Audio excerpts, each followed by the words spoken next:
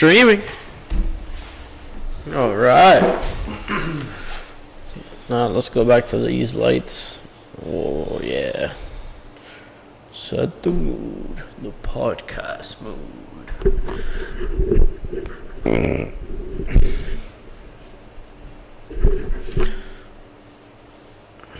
Oh, I never really know where I'm looking.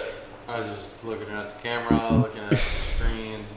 Then I look at myself, I get scared, and then I'm back to looking at the camera again. And we just repeat this cycle every time. I'm just admiring how legit it looks. It looks very legit. My forehead is not that legit. What? What's that even mean? Dude, there's a landing pad. I see somebody walking on my forehead with signals telling people where to land. Dude, can I shave the top of your head? Just straight down the middle? Just only the top. No. No. Alright, fine. I can't tell you why I can't cut my hair. Dude, you've got smooth hair, man. I don't even know what you're talking about. We're talking about the forehead that I can land an airplane on. Just means you got a big brain, bro. A lot of useless thoughts, I'll tell you that. Dude, if you shave your head, you'd probably look. I think you'd look like Joe Rogan. Yes, I have done it before. I didn't. You've shaved your head before?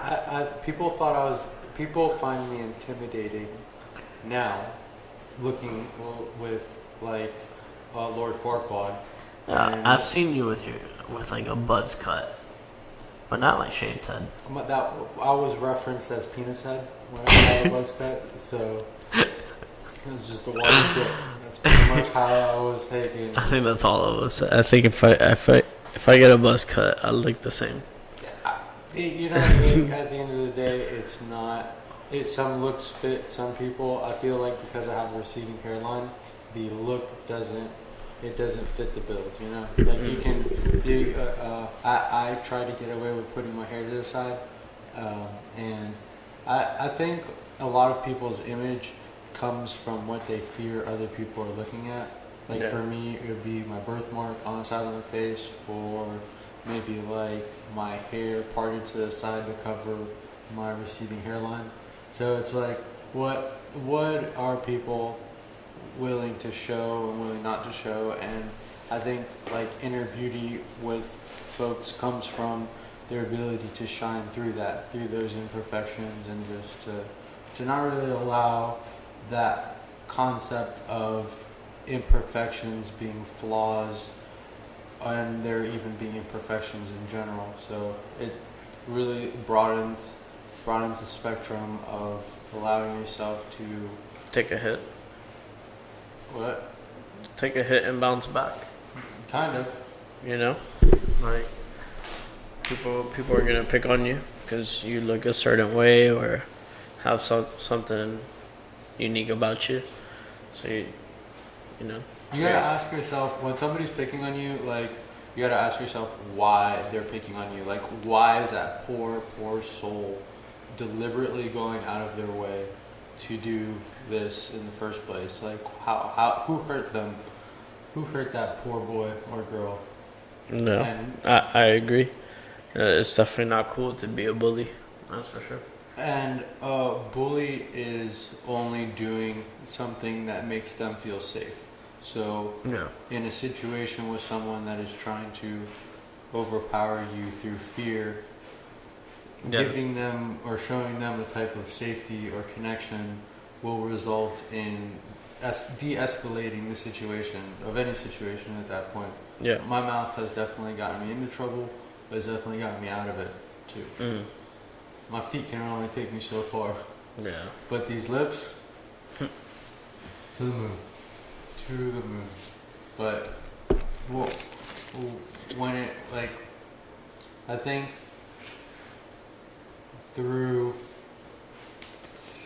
being a customer, like, versus being a person that is just coming into a restaurant. Like, when you open a restaurant and you walk into it, you can be the customer or the employee. So now you're getting both perspectives of the whole entire, of like the experience that you're creating. So Yeah. for people, if you can incorporate their experience, put yourself in their shoes, and see through their eyes just for a brief moment. Don't do it too long, or else you might look at the world from their perspective all the time. The goal was not to do that. The goal was just to understand them for who they are and why they do what they do. Yeah. And I think that if some people see a bully as being strong and the person being bullied as being weak, when if the person that's being bullied is educated and understands, they're not going to waste their breath or their energy on something that doesn't make sense. So the smarter Correct. person or stronger person might be the person capable of walking away from a situation Yeah. versus Yeah. So they just have a different perspective to the situation, pretty much blocking them. like tunnel vision Yeah. or like blinders, like on a horse, like on a racehorse, where it just doesn't let you see in another direction. I think when somebody sees red, like they talk about it in country music songs and stuff like that, when people get frustrated, they see tunnel vision. They only see like that one perspective, that perspective of why they're mad, what they're mad about, versus being able to see why the other person is mad, or well, like the people around you and stuff like that. There's something saying like when you get frustrated, something in your ear or something like that closes off. So I don't know if you've ever been in a situation like in MMA or on the street cycling or longboarding where you're in a state of shock and you can't hear anything around you. Yeah. Where you feel you got that superhuman second or like minute, Right. where you can process everything so dang fast. What would you call that? Primal instinct. Is you that know? like a zone? Definitely like a bunch of adrenaline rushing, decisions, processing decisions or situations, and literally seeing different outcomes in a matter of like a millisecond and reacting from that. I think it's like a superhuman zone. That's a zone I strive to be in, but I feel that when you're always running and gunning, you have to take time to refuel, because if you don't, you will run out of gas halfway to your destination. Definitely, without a doubt. And healthy recuperation and gains. I think for the most part, most of us know what we need to do to better ourselves, but it takes so much discipline and willpower. Am I actually willing to do it? Is the real question. We all want to think that we can do it. Will we do it? Is a whole different action. Have you set yourself up to be able to do it? Because it's very obvious if you haven't versus if you have. That's what preparation looks like. That's why when you come to class without a pencil, or you show up to work without your uniform, or go to a job without the tool. Intention. Correct. Putting forth intention to what you're trying to do. Like thoughts, like mindfulness. Yeah. Being intentional. Okay, so like there's a story I like to tell about a piece of cake, a slice of cake, and if you wake up in the morning and you eat a whole entire cake for breakfast, you're going to feel sick to your stomach. But that first bite is going to taste delicious. So delicious. But by the time you're done with the cake, are you going to want to eat more cake, or are you going to want to throw that cake away and never see it again? first thing in the morning? Probably throw it away.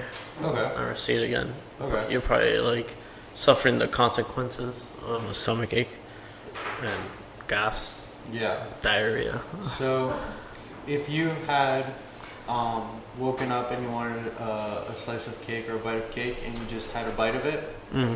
would But you're gain talking about like losing control and you'd like gain being some in the moment, satisfaction from it. being in the moment, and just really being in the moment and Well, how long is your moment? This is the real question. until you can't feel it anymore. So, does delayed gratification lead to Until you literally fulfillment? can't move. Yeah. Until you're stuffed, until you're ready to go to bed. Okay. So, pretty much the point of this story is that my goal is to enlighten how we find value in things, and with a slice of cake, I feel like I have the ability to. Yeah. And we've established eating the whole entire cake right off the bat first thing in the morning. Mm-hmm. We've talked about having just a bite first thing in the morning, like just one little spoonful. Yeah. Now, let's just think about taking one slice of cake in the morning, looking at that cake, cutting that slice of cake and putting it in a to-go container, and then putting it in your fridge and telling yourself you're going to have that cake when you come home from work that day. Yeah, I think it's the difference between, stuffing your face all at once, feeling sick, or eating it slice by slice over time, feeling great, and also doing great. A lot of that, though, I think the reason why it tastes great is because you're giving yourself time to tell yourself it's going to taste great. Yeah, and it's kind of like at that point you're rewarding yourself. I think when you stuff your face with the whole cake, you're losing control in the moment. You're losing for a reason. Have you ever bought something brand new, had it, and then the feeling that you had after buying it go away? Yeah. Well, I've definitely grown recently to be a lot more grateful for the things I have. But yeah, 100%. Things that I've bought that I didn't really need. That's literally it. Yeah. Or also things that once you have it, you realize it's not all that great. It's whatever. Or the perception that you had of what you were looking for wasn't exactly what, like, it was in a sense, you go and you buy a pickup truck, Mm-hmm. and you don't know what 4x4 is, and you buy a 2x4 pickup truck, and you go off-roading in it, and it gets stuck in the mud. Yeah. Because you didn't know that it was 4x4, Mm-hmm. and you went out and thought you bought a nice truck. Yeah, So, just because you have a truck. yeah, exactly. Just because it's a truck. So, we all have tools, whether we know how to use them or not. Completely different story. Nah, I think there's a lot of human error involved in a lot of things. Yeah. We're not all that bright. We want to think we are. Where the goal, I agree. We definitely should not. We shouldn't think we know everything, because that's all I do, and I just make an ass out of myself all the time, and it's not entertaining anymore. That's for sure. So, it's you. Why do you want to grow? What allows you to grow? And when you're comfortable, you don't need to grow. Yeah, that's when you stuff your face with a whole cake. Yeah, you got a phrase that you always say. If you're not living on the edge, you're taking up too much room. Uh-huh. Or space. Or space, same thing. Yeah. Yeah. Something to live by right there. We got a lot of tomato moments out here, but it's alright. That's what we live by.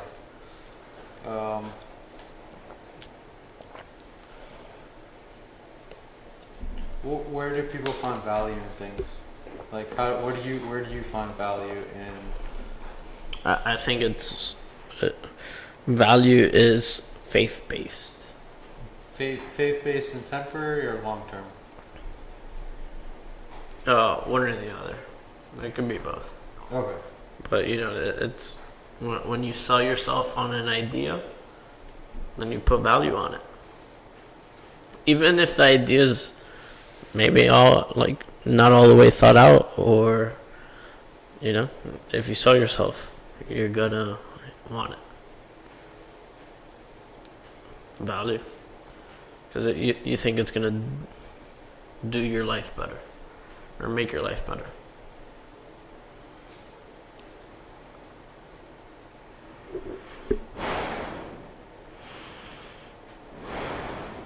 Smells good. I am cashed out, man. It's 2:30 in the morning. Taking a few dabs today. I worked all day. Damn, son. Damn, man. But I feel great. It's good. Getting things going.